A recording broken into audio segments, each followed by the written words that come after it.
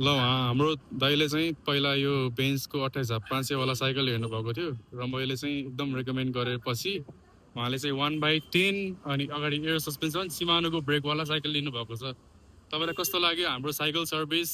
Cycle service ठिक छ होइन। हजुर एउटा किन्न भन्दा आएको त यो थियो, हजुर तर हजुर उसले यस्तो राम्रो राम्रो अप्सन दियो कि होइन।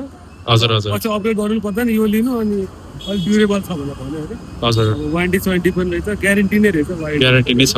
हजुर रियली नाइस। अब त्यही हो, होप्छु अब म साइकल चलाउँदै थाल्नु जस्तो लागिरहेको छ होइन। यो लिएपछि त साइकल अभियसली चलाउनु नै हुन्छ होइन। ल कङ्ग्रेचुलेसन हजुरलाई, welcome to our bench family. Thank you.